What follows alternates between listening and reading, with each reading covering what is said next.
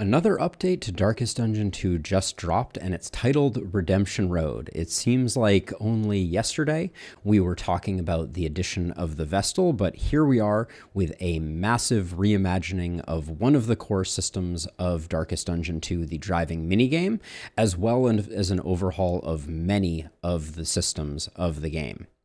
This update will be the final update before the 1.0 release and the release on Steam of Darkest Dungeon 2. So let's talk about everything that's changing in this final patch before the big one. So first and foremost, as I alluded to, routes are being reimagined. So the goal that Red Hook has here is to increase the strategic nature of the driving minigame. And they're doing a bunch of different things to do that. The first is your routes will now be substantially more complex in terms of both the nodes and the connections between those nodes having more variance than they previously did.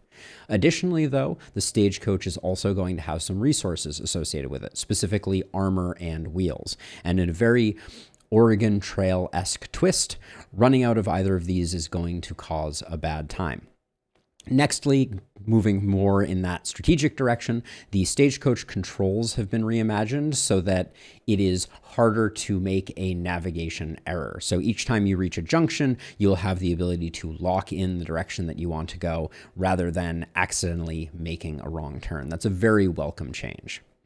Now, for something less Stagecoach oriented, although I guess the pets that are being introduced do live on the Stagecoach and the cage will be kind of hanging off the side, there are 10 new animal companions that are being added to the game. And interestingly, these animal companions are not strictly cosmetic, as I think we once assumed. Instead, each will have a run-defining effect associated with it. And it does seem like some of them will be somewhat transformative. Next up, the valley has been changed rather radically. First of all, it's going to be significantly faster.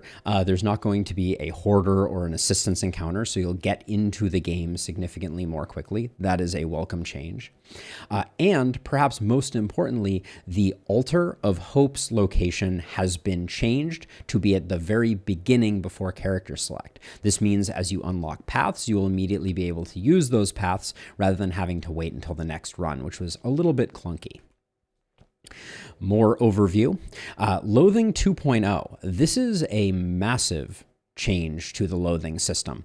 We'll talk more about the specifics of it in a bit, but the short version is that loathing is going to be something that is much more difficult to avoid. You are going to be accruing it over the course of your travels, and you are going to need to find ways to manage it, because if you don't, much worse things will happen than have historically. Torch 2.0 has also been introduced. We don't know all the specifics of it. We'll talk a bit about what we do know so far, but basically the idea is as they are changing the driving minigame, they want the torch system to feel a bit more sensible, and I think they also want low torch to feel a bit more punishing. Next up is confession shaping, which has a lot of different aspects. First and foremost, not all confessions are going to be the same length. Previously, the only thing that a confession choice changed was which boss you were going to encounter and what ordainment modifiers you had. Now, denial is going to be more of an introductory confession to get you kind of started and get your feet under you, and I expect maybe the 5th confession will be even longer, but it seems generally they are shortening up the game. They're trying to make it a bit play a bit faster, I guess. And then last, but certainly not least for this page, is loot and economy balances. They want to make it so that treasure collection and shopping are more interesting while also decluttering our inventories. It's a noble goal. I think it's going to lead to us feeling a bit starved for things like smoke bombs, but only time will tell. Now on to the final page of the overview. The Infernal Flame is gone for the moment and will come back at 1.0 completely reimagined from the looks of it. I think that with the current system, they didn't really like the way that it was working, so it's going to go away. It will come back later. For newer players, candle scoring is going to be significantly buffed, so abandoning runs mid-region will no longer carry a candle penalty, and also there will be a early buff that they give new profiles called the Academics Honorarium that will allow you to start collecting handles more quickly. Academic studies are also getting a bit of an overhaul. So the torch cost for interacting with them has gone away, but also when you go to one, the avoid choice is not going to be a standard option, which means you're always going to get something out of your academic studies. You will, with certain quirks, like presumably like occultophobia, not still have an avoid choice. And there are a lot more choices, as you will see.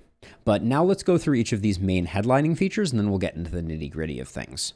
So, headliners. First and foremost is the road less traveled. So as I alluded to before, wheels and armor are now resources that you need to manage through the course of your travels.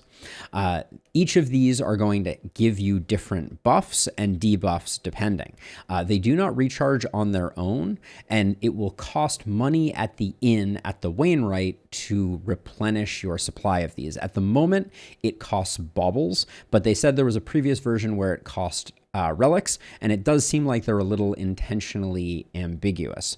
What we know so far is that being full on armor will give you a block token at the beginning of every fight, and your travel healing is contingent on your cart having wheels.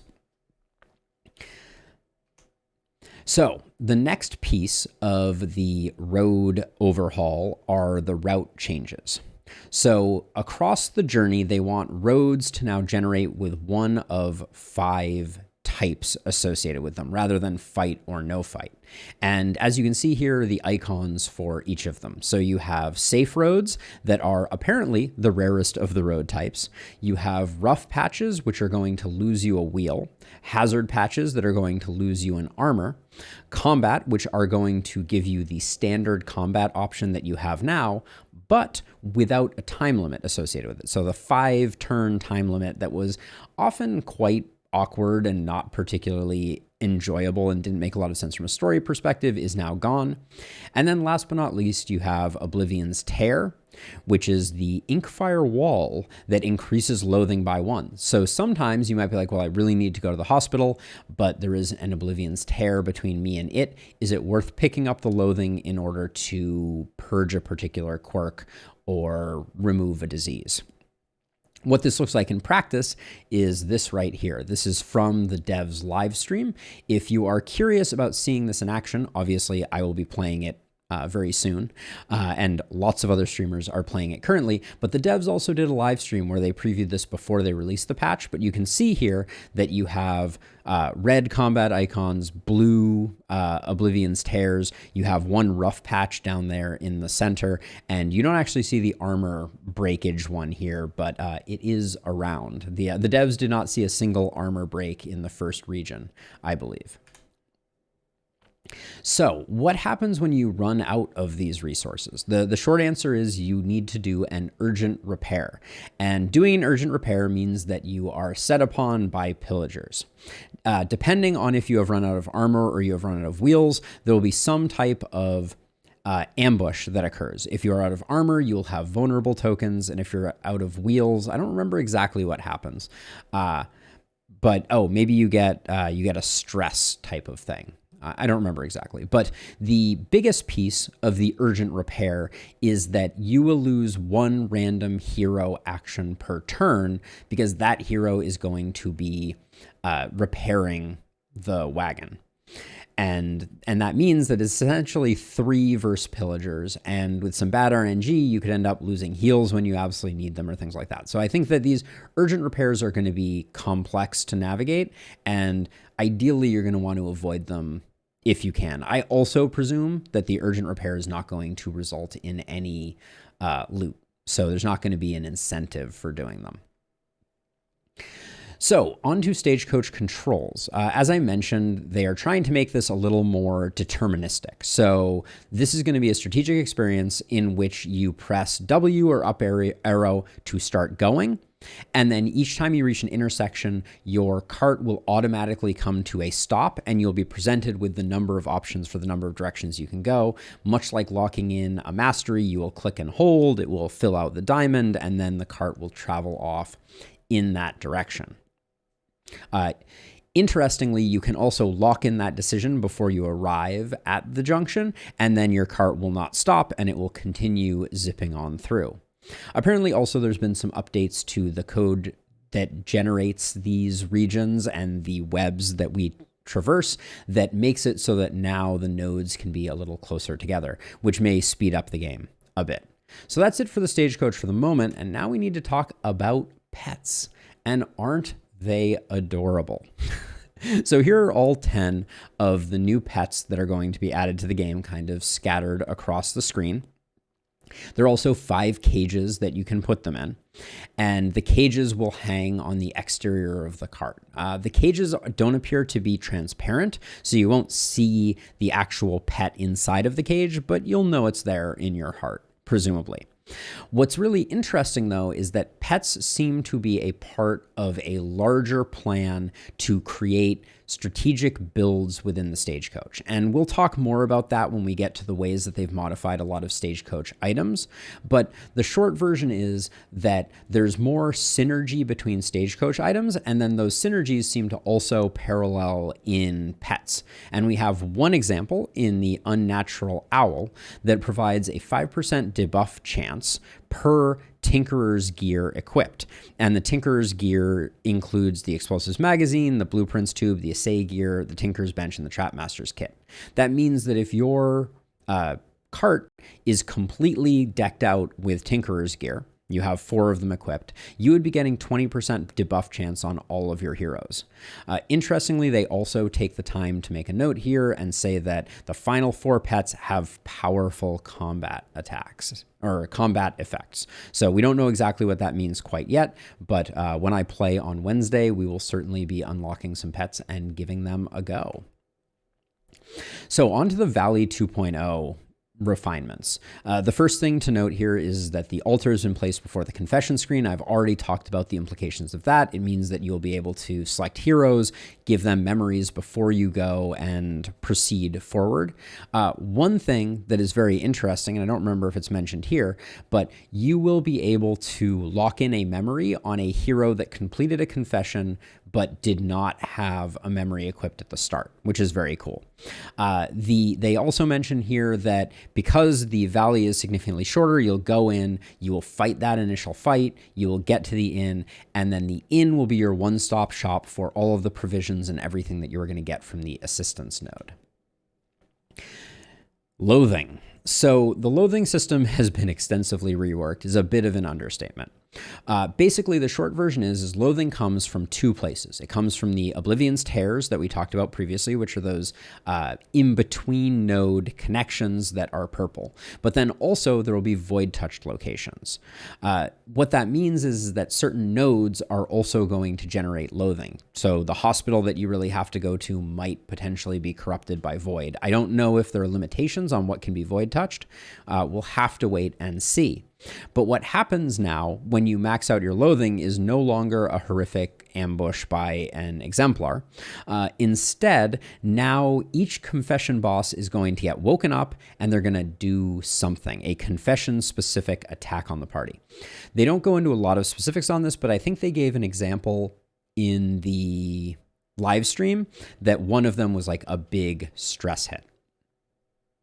The other thing that they talk about here, though, is that depending on your confession and your max loathing, something will happen. But the other thing that will always happen is a max health buff to the final boss for that confession. So if you stack up a lot of loathing and you end up repeatedly getting loathing meltdown equivalents, not only are you going to be taking a bunch of penalties during your traversal, but you might also get to a boss and find out that it has 4 times as much HP, which could be a very scary run-in, to say the least. So Torch. Like I said, there's not a ton here to talk about. Basically, all they give us is that Now in the dark, there's a chance for your heroes to be blinded, and in the light, there is a chance for the enemies to be blinded. They've also removed some of the crit and dot resist clutter, so presumably the tooltip for the torch will be significantly pared down. Blind is the bane of everyone's existence, so it seems like the incentive for high torch and the detriment for low torch are significantly higher, and it also means that infernal torch runs in the future may be significantly scarier. One thing that I didn't see here, but I think is worth mentioning, is there are quite a few very strong trinkets that require low light. They have all gotten a nerf because I didn't see any buffs to them in the trinket list. And we'll talk about that more later, but I see this as making low torch significantly more dangerous without a lot of upside. So confession and region shaping.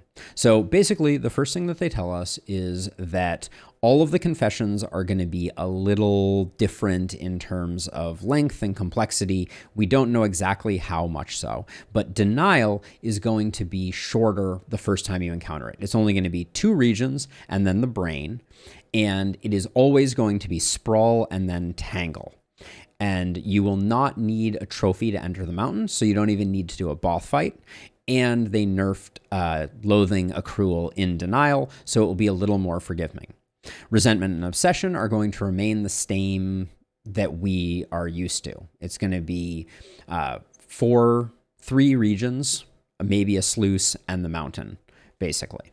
I think I got the numbers right there. It's because I always do 5 total episodes. So yeah, with the sluice, I think it's 5 total, but that's going to remain the same. Although they do also mention, I don't know where it says it here, that they are also going to try to pare down the final region to be a little less long.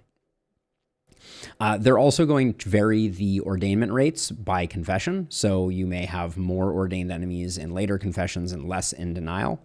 And then they talk a bit about just conceptually the fact that they want denial to be an introduction. They want new players to feel like it is attainable to do that. They don't want it to be too punishing. But they also say that they will later reintroduce a buffed up version of denial that you can do that has more of the like full run experience. So I'll have to wait. That will be a 1.0 feature.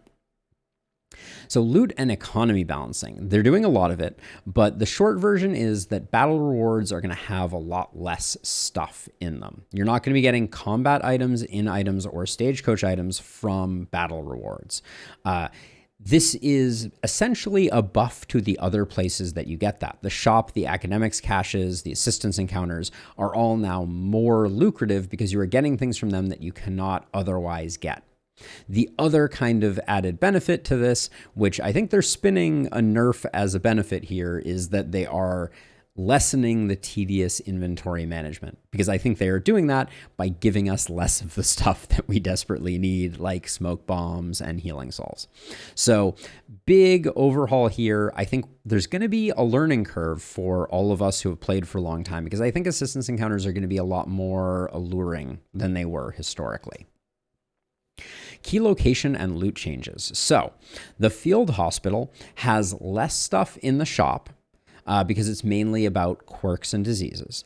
The hoarder has more stuff in the shop, including more indelible trinkets and more stagecoach items. The inn has a better default shop selection, and each inn is going to have some modification on that. They rolled out a little bit of this previously and then rolled it back because they didn't like the state that it was in. Academic caches are going to have better rewards and slightly more of the betterness. And then Oblivion's Ingress, aka the cultist fights, are going to have more dark impulses and more cultist trinkets coming from them. So that'll be a benefit or a boon. You'll have more reliability in getting cultist trinkets and being able to enable them. As for drop rates, they say they're increasing in some and reducing in others. Not very helpful in terms of patch notes, but that's okay. And then price changes. There's a reduction to trinket prices and a reduction to stagecoach items. I think indelible trinkets are now 60 baubles, and I believe stagecoach items, the high tier ones, might be only 50 gold now. So it's quite a change. But as a reminder, you're going to need to spend more to get the stuff that you're going to get. You're not going to accidentally be sitting on 15 smoke bombs and be like, well, I definitely don't need to buy any of those. So you're going to have to be more judicious in the way that you spend your money. They want relics to feel meaningful and like you really need to make difficult decisions with them. So the memory system is getting a revamp. This doesn't feel like too big a revamp from my perspective, but I understand what they're going for, and I think these are great quality of life changes. So first and foremost, memory slots are no longer unlocked at the Altar of Hope. So that just means you're going to have the ability to have 5 memory slots from day 1 of playing the game. And then instead, each hero unlocks their own memory slot when they defeat a confession boss. Each unique confession boss allows the hero to fill another memory slot. And from the sounds of it, each column is going to be its own boss. So for instance, denial will be the first, resentment will be the second, obsession will be the third. And when you beat those bosses, that column sounds like it will unlock to a maximum of 5. And this is what I was mentioning before. Victorious heroes with no memories need to purchase a memory at the Altar of Hope to persist, which means you can save enemies that have no memories, which is really cool. Which means, hypothetically, not only could you start out a completely fresh save file and do the 5-shot cycle with 4 heroes that you started from the absolute beginning with, but you could give them all memories and you could kind of progress through, which is kind of, from the sounds of it, the ultimate challenge of the game. So at the moment, we can only have 3 memories, and then they give you an example of your Hellion winning a confession, getting a memory, and then if she goes on to get a second confession win, she'll have a second memory, which is similar to the way that it works now. And then it says, Alter memory track is used to unlock memory discounts as well as giving you a better selection, more loot pools from the memories available. So basically now you will be spending at the altar in order to get more diversity of the memories that you can get and discounts. Now, this part I'm going to kind of gloss over. If you have a current save file or a current run and you are about to get updated, there's going to be some funkiness that happens, as there always is. So go read the patch notes if that's something that you're curious about. This is what it says. Feel free to pause the video, but I'm not gonna go over these point by point. Instead, we're going to talk about assistance encounters. So the purpose of the assistance encounter is to give you torch, supply, and repair your wagon. That's really what they want it to do, and they have reimagined all of the rewards to that end. They want the choices to be interesting and have kind of transformative effects on your run. But overall, they still function the same way. And they've just been kind of tweaking the choices, making sure that the rewards and the previews make sense and are good. They want quirks to be very heavily influencing your assistance encounter choices. So they want lots of quirks to have lots of interactions with lots of ways that you can get stuff from assistance encounters. And they also want the assistance encounters to be tailored towards what they think you might need. So the example that they give here is that if you are desperate for torch and you roll into an assistance location, at least one hero will want to interact in that way that restores torch. Now, what we don't know about that, and this is going to be a big if, is does that mean that you are going to have a lot more disagreement at assistance encounters, because you're going to have someone who's on the torch train and someone who's on the combat items train, and those two are going to disagree? It's possible we might see a lot more blue in our relationships from them. Only time will tell. Next up, the Stagecoach item adjustments. So they are basically creating builds in the Stagecoach. So they want the Stagecoach to behave in a bit more of a strategic fashion where you have to think about how your things synergize with one another. So to that end, they said the first thing that they're doing is they have put an increased focus on Stagecoach items that produce combat items. This is what I was alluding to before. If you really want smoke bombs, you may need to get them from a Stagecoach item that produces them. As part of that, Explosives Magazine is no longer going to increase stacking, and instead is going to produce explosive tagged items.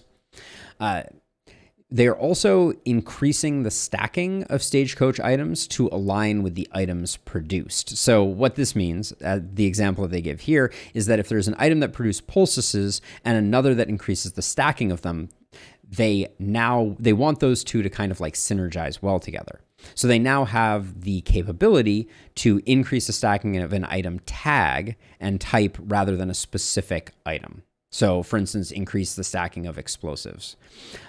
In addition to that, they have also added situational effects. So the hospital and hoarder location scouting will always increase their shop selection. That's a really cool additional benefit. And then second, food barrels and ice boxes, the food-related Stagecoach augmentations, now have additional effects as you start to stockpile more food. Very interesting. So that's the overview. And I hope you can see from that they are tweaking so many things about the game. I think when we play the game on Wednesday, it's going to feel like a very different game. And I'm super excited to see how all of these things play together. So only time will tell on that one. But now we need to get into the really nitty-gritty details. And I'm going to gloss over some of these. We're not going to spend, we're not going to go line by line 100%, but I'll hit all the highlights for sure. So this was what I alluded to before, which is the length of Region 3 in the full-length expeditions has been reduced to more closely match that of Region 2. So that means no longer are we going to have that really, really long final region. The region goal rewards are going to have more candles associated with them. The altar track nodes have been added for wheels and armor. We're also going to see relics and baubles now stacking to 40. Again, this is going to ease the pain of the inventory management problem. Some changes to tooltip fix, and then they've also changed the way that they describe resistance reduction. So they now have this concept of resistance piercing that is going to be related to death blow, dots, debuffs, stuns, etc. Next up, we have added new relationship tooltips for all of these things that have gotten kind of overhauled. They've also added some new region modifiers. We'll see what they look like when we get there, but crisp air, foul air, foreboding, treacherous, loathsome, and marked roads. Presumably, my assumption is these heavily relate to changing the connecting modifiers, right? I could imagine loathsome might mean that you're going to have more void touch nodes, as an example. Hero goals are also going to, as part of this like give people more candles thing, hero goals are going to be a part of that too. They've also added some new quirks: Spotter, Tracker, Void Sight, Pathfinder, and Vigilant. To that end, I am assuming that a lot of these, again, have to do with predictability of being able to see what's on the road. My guess would be Void Sight is going to tell you where all of the void connections happen to be. But also, region explorers are now going to fully reveal all of the effects along all scouted routes, which I think is really cool. It makes, say, like Shroud Explorer significantly more useful than it is currently, as it's not very useful at all. Kills from dots will now count towards item effect triggers and hero goal completion. That's a nice to have. And then slay enemy hero goals now explain it a little more, right? So one thing that you'll see sometimes is a hero will have a goal that is slay a particular enemy. They have to do the killing blow. It is not enough for them to contribute to the death of that particular enemy. Then we have dots dealt by trinkets and combat items are now affected by effect modifier, dot duration, chance, and amount dealt. This is a really nice thing. But to accommodate that, all of the percentage dot modifiers are going away in favor of flat values. This is just going to make it a lot easier. This basically means rather than saying 33% more blight, now it's just say +1 blight. I don't think there were any situations where those percentages got super out of hand, but they're definitely much more predictable now. Also, effects that remove positive quirks will no longer remove locked positive quirks. That means that Wild Tea, as an example, is much, much safer. This is great news, honestly. Monster party difficulty shaping. This just means that they're still looking at the mashes that they have for the enemies and making sure that they are not horrifically punishing. I'm sure the Shroud for Babies encounter still exists. And then there's story choices, especially Oasis should now show the stress heal icon correctly. There were some issues with the icons that were showing up in some of the options, but seems like they've got that sorted out now. Almost feels more like a fix. Cultist locations are now very unlikely to appear in the first region. So the first region is just becoming a little more forgiving. Starting relics and baubles are going to be tweaked to make sure that you have enough when you get to the inn. They've made a whole bunch of changes to the assist, resist, cultist, oasis, creature den, and academic study preview icons. So right, it's like the shuffles and the blind tokens and things like that weren't always correct. It's very much the same. Those last two kind of go together. Monsters can no longer roll multiple consecutive turn in standard initiative order. This does not take into account speed and daze tokens. So this is great news because they previously said that it was significantly less likely. They did kind of like a half fix for it, but I have definitely still had an exemplar, for instance, roll 2 in a row. And the reason that that stinks is because the exemplar is a fight where handling the combo that it puts on you is very important. And if it can immediately combo you and then take advantage of that combo, you're often going to have one of your heroes just get blown up. Immobilized tokens now stack to a maximum of 3 and expire at a rate of 1 per turn. Honestly, I didn't realize that this didn't happen, but it's interesting nonetheless. And I think this has some positive impacts on indiscriminate science because now you can have a whole bunch of immobilized tokens.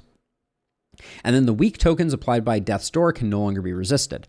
This is a funny one because I think I'm very excited because the number of times that I've had like a deacon resist the weak token from their Death's Door was substantial. So I hope this applies to our heroes, but also more importantly to the enemy. On to hero changes. The main thing that they talk about here is the fact that every hero is going to get the Vestal treatment, which means their paths are going to get reworked to follow the format of the Vestal. The Vestal was kind of the test. But then they say this thing, which I thought was very interesting, which is that the paths are going to change, their damage and debuff and buff chances are all going to come through, and it will result in slightly higher values when factoring in the use of tokens such as strength and weak. Interesting. So it sounds like everybody's paths are getting a minor buff, but I'm not sure why, and this doesn't explain it to me entirely. But specifically, when we talk about hero changes, the Grave Robber is the first one to get the path overhaul. And as part of that, the Venom Drop path is now going to have its flashing daggers be affected by trinkets, which is really nice. Also, the Confessor path for the Vessel is just getting a straight up buff to remove one additional token on Illumination and Illumination Plus. And then there was a tweak to the Highwayman's Barks on one of their shrine events. Monsters. The Cardinal Exaltation no longer ignores riposte. I didn't even know that was a thing. Also, the Gander could not be ordained. Now it can. Good news for the Gander and probably also for the Goose. And then the Lost Battalion changes. This is an interesting one. The Knight will not receive the weak token from Death's Door. On Death's Door, it will get additional damage, 50% more. And also when under order, it will get an increase in 50% damage. That is the buff that the drummer gives it. So the Knight is getting a bit of a buff. The big dude with the big sword is going to be a little more scary moving forward. Now on to item changes, and there are a lot, so we'll try and move through them relatively quickly. But first and foremost, combat items are now rewarded in full stacks. Very interesting. The places you get combat items for are going to be a lot less frequent. So this is a buff on top of a nerf where I believe the nerf is going to outweigh the buff. And then added a possession limit to trinkets and stagecoach items, which will reduce duplicate appearances of these items.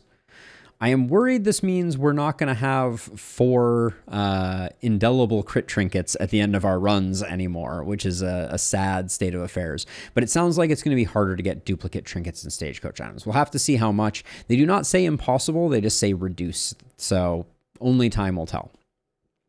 Stagecoach equipment is now Stagecoach items. And then replaced the Still Waters Shroud Lair Boss trophy with Lashing Tides. We don't know if this is just in name only or not. We're going to have to go kill the Leviathan to find out. And then you can no longer use leeches on heroes that aren't diseased. Good news, I guess. I hope a lot of people weren't doing that. There are new items. So Rural Riches are the baubles that you get at the start of things. And then you have Iron Bounded Wheels, Steel Plating. Those two seem to respectively deal with something to do with the wheels on your Stagecoach and something to do with the armor on your Stagecoach. Then Carriage Lamps might have something to do with pets. We'll have to wait and see. And then Wagon Jack probably has some positive effect on urgent repairs maybe, but all of these we'll have to look at the first time we encounter them. Now, the items added to the default unlock pool. I'm not going to go through all of these, but the short version is every item you see on this list, feel free to pause, are now by default available when you start a fresh save. They will be unlocked by default. Added to the default unlocked item pool. Yeah, I believe that is what that means. Items removed from this list are the Noisemaker, and there's a new item tag, Explosives, and we'll see which items go into Explosive as we go through this. Now, Stagecoach items now have tags associated with them, and they have one of, I think there are 6 here. So you're going to have your food gear, which is your barrels, your ice boxes, your pot and still, your stew pot, your griddle. I'm not going to go through all of them. You have your luxury items, your medical gear, your road gear, your scouting gear, and your tinkerer's gear. And what is important to note is that I believe each of these are going to be utilized by the pets in some way, shape, or form. Like having more luxury gear or having more tinker's gear is going to synergize with one pet or another. And you're going to try and, at the beginning of a run, decide what build you kind of want to go for. So very interesting. Now, combat items. Linseed oil is no longer a trap. Admiral Akbar approves. Otherworldly fragments, you'll be getting less of them from academic studies. I think you're still going to be getting a lot of them from Shamblers. Ethereal Dust is now something you get from Shamblers. I think this is a stealth nerf to the number of otherworldly fragments you would be getting from Shamblers. And then you will also be getting it from academic studies, and now it stacks to 2. So it might be interesting. There might be some interesting things that you can do with it now. The stacking to 1 made it basically a no-op, uninteresting. Scrap Grenade is now produced by the Trap Makers kit, as is Spiked Ball. And then Ichor Bomb, Fire Grenade, and Incendiary Cocktail are all going to be produced by the Explosives magazine, along with Spore Grenade. And Laudanum is now guaranteed to be purchasable at field hospitals and inns. This change is something that they alluded to on stream, but I don't think they mention explicitly in the patch notes. And this is all about trying to make non-stress healing teams viable, or limited stress healing teams viable. You'll know from the last run that I just did of Darkest Dungeon that you can very effectively play through the game without a Jester or a Man-at-Arms or a Hellion. It is possible, but laudanum is an important component of it, and making laudanum more reliable to collect is only good for business. Then on to in items, whiskey gets a buff. I think it's a buff, at least. It's a little hard to say, but basically it's significantly more swingy now. 60% chance of +3 affinity and 40% chance of -2 means that you could have some bad rolls, but on average, it's potentially good and it can be a real lifesaver in certain circumstances. So drink away, friends, drink away. Now on to Stagecoach items. The food barrels increases the stacking of all food tagged items. And if you have more than 10 food items, your heroes have a 10% greater chance of being resolute. Very interesting. And then the icebox similarly is 1% disease resist per food in inventory. I think when you're dealing with 1%, that's probably not something that I'm going to consider because I don't think there's a world, maybe I'm wrong, but I don't think there's a world where I'm going to be carrying around 30 food or something, or 15 food to get a significant disease reduction. The pot and stills is going to produce more whiskey, and the stacking of whiskey is now increased to 4. So you'll have a lot of whiskey, so you can gamble away your relationships if you so desire. The strong box now lists baubles rather than each individual type of baubles, and it is increasing its stacking from 8 to 12 now. That's a big change. And then the spacious storage box, which I don't think we have gotten quite yet, also has the tooltip change, but now increases stacking all the way up to plus 40. So you can hoard all the baubles in the world if you so desire. The chandelier now has a 33% chance of telling you where hope chances are. The medicine chest now increases the stacking of bandages and restorative items. That includes healing salve, and plus 2 to the quantity of items produced by the surgeon's mixing kit, because the surgeon's mixing kit is now producing items. We'll talk about that in a second. And then the bottle case now increases the stacking of concoctions and powders, and also has the plus 2 to produced items by the alembic retort. So let's talk about those two when we get over here. Compress kit gets the same thing, but now we have the surgeon's table, which is after each location, 10% chance to remove disease. So this is essentially like almost disease immunity. Very, very nice. If you have a lot of diseases, finding a surgeon's table could be really good. The crow's nest gives you more scouting now. The hoarder's decoder now doubles the trinket selection. Very, very cool. The telescope also gives you increased scouting all the way up to 33% for specific routes.